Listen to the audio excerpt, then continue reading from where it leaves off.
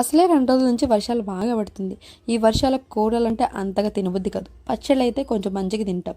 So, అలానే పచ్చిమిర్చి టమాటా చట్నీ చేస్తున్నాను. చాలా బాగుంటుంది. ఒక పావు కిలో పచ్చిమిర్చి తీసుకొని ఆయిల్‌లో ఒక స్పూన్ ఆయిల్ వేసేసి మంచిగా ఒక 80% మాత్రం ఫ్రై చేసుకోండి.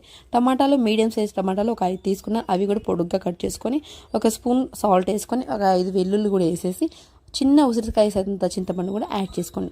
ఇవన్నీ కలిపి మగ్గబెట్టుకోవాలి. ఒక 3 నిమిషాల పాటు అలానే మగ్గి సో వాటర్ అంతా డ్రై అయ్యేంత వరకు ఒక 80% మాత్రమే మగ్గబెట్టుకోవాలి టమాటాలని. చూస్తున్నారు కదా ఇలానే. ఇంకొక 50% అయితే అయిపోతుంది.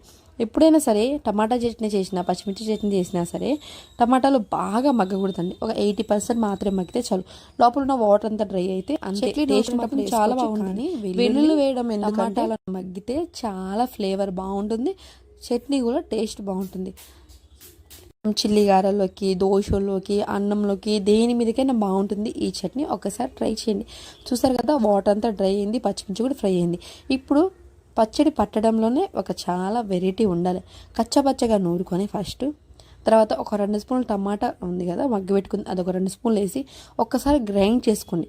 అప్పుడు మంచిగా పచ్చిమిర్చి మంచిగా గ్రైండ్ అయిపోతుంది. ఇప్పుడు టమాటాలు అనేసి ఒకేసారి తిప్పండి. అంతేనండి, టమాటా పచ్చిమిర్చి చట్నీ అయిపోయింది. చాలా బాగుంటుంది నెయ్యి వేసుకొని తింటే. ఈ వీడియో మీకు నచ్చిందా? అయితే సబ్స్క్రైబ్ చేసుకోండి మర్చిపోకుండా.